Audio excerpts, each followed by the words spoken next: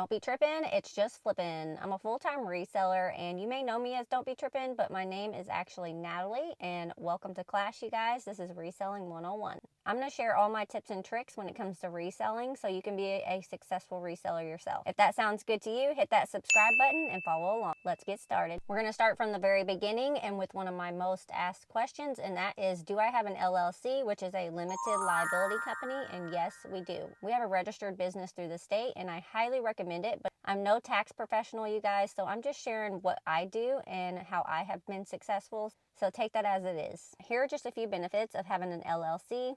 It's not required by eBay or any other selling platform to have an LLC. Having an LLC is great insurance, especially if you plan on doing this full time. Step number 2 is decide what platforms you want to sell on. Is that eBay, Poshmark, Mercari, Depop, Curtsy, Etsy? There's so many out there, you guys. You just kind of pick and choose which ones you want to start with. I highly suggest starting with one before moving to others. Make sure you fully understand the first platform you're selling on before you move to another.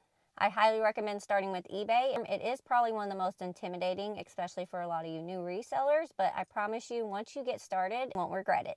eBay is our most consistent and most lucrative platform, so that's why I suggest starting with eBay first. Some do find it challenging to get eBay started, but that's what I'm here for. I'm going to show you exactly how to do it. The first thing you got to do is make an account. So that's step 1. Go to eBay and sign up for a seller's account. Once you get signed up, you're going to want to set up your business policies. Here's the 3 you're going to want to focus on: shipping, payments, and returns. Shipping is a big one for people and probably the most complicated. We use eBay's calculated shipping. We enter the weight and measurements on our listing. We do usually overmeasure and overweigh by a couple inches and a couple pounds. This is going to account for any shipping materials that you plan on using. When it comes to eBay's calculated shipping, the price of shipping is based on the distance between us and the buyer. So as long as you have the correct weight and measurements, you're going to be a-okay. Create a shipping policy using calculated shipping on eBay. First off, you're going to get on a computer. You're going to go into eBay. You're going to click My eBay and go to Selling. This is going to bring you into your seller hub. Click Listings. Scroll down, and on the left-hand side, you're going to see where it says Business Policies. Go ahead and click that. This is going to show you where all of your business policies are that you have set up. If you want to create a policy because you don't have one set up yet, here's a few options that you could choose from. You can set up payment, return, or shipping policies. We're creating a shipping policy, so go ahead and click that. You can give your policy a name. You can name it whatever you want. You can also add a policy description just to help you identify it if you make multiple policies. Make sure you always set it as a default shipping policy. This is the one when you're in your eBay listing that's going to pop up. Right here's where you're going to choose what type of shipping you're going to do. We do calculated shipping, so the cost varies by buyer location.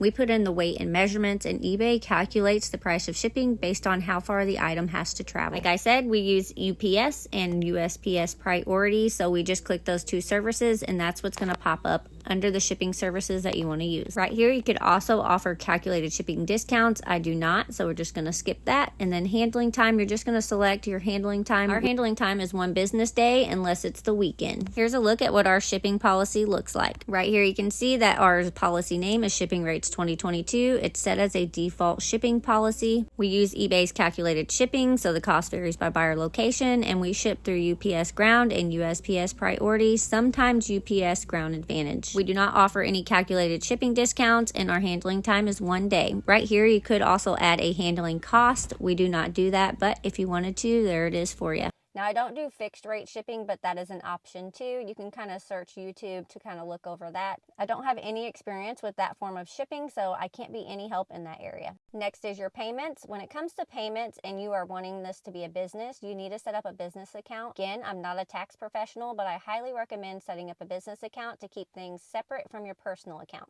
This is going to come in handy when you make sales, have returns, etc. It's going to keep all that on that business account, so you don't have to worry about it coming out of your personal account. The last policy that I recommend you set up is your return policy. You want to make sure you have this set up before you sell your first item. Returns, unfortunately, are a part of reselling and any other retail business. Don't let anybody tell you otherwise. We do accept returns. There are a few stipulations. Our return policy does say that if you do want to return an item and it's due to fit or no fault of ours, the buyer is responsible for return shipping, so make sure you include that in your policy if you do plan to accept returns.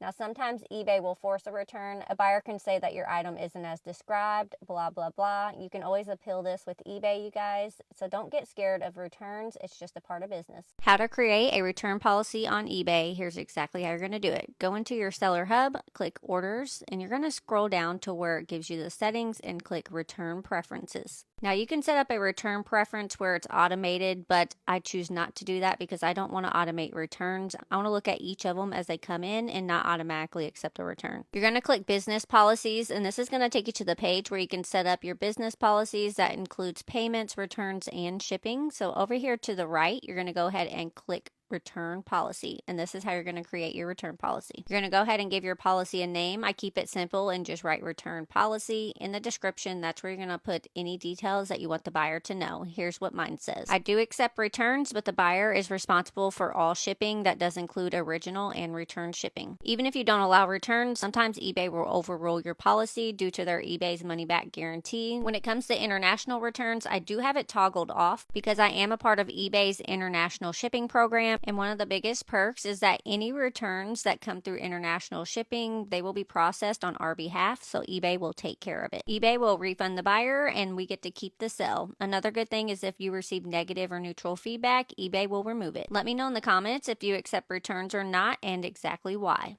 eBay is a great platform to start with. We list every single item we pick up on eBay. It doesn't matter what it is. eBay is great when it comes to variety. A lot of things sell on eBay: vintage clothing, shoes, toys, jewelry. It doesn't matter, you guys. Go ahead and look on eBay and you can just see some of the items that sell on there. We sell a wide variety of items on eBay. It's not just one niche, and that's how we like it. We love the random sells.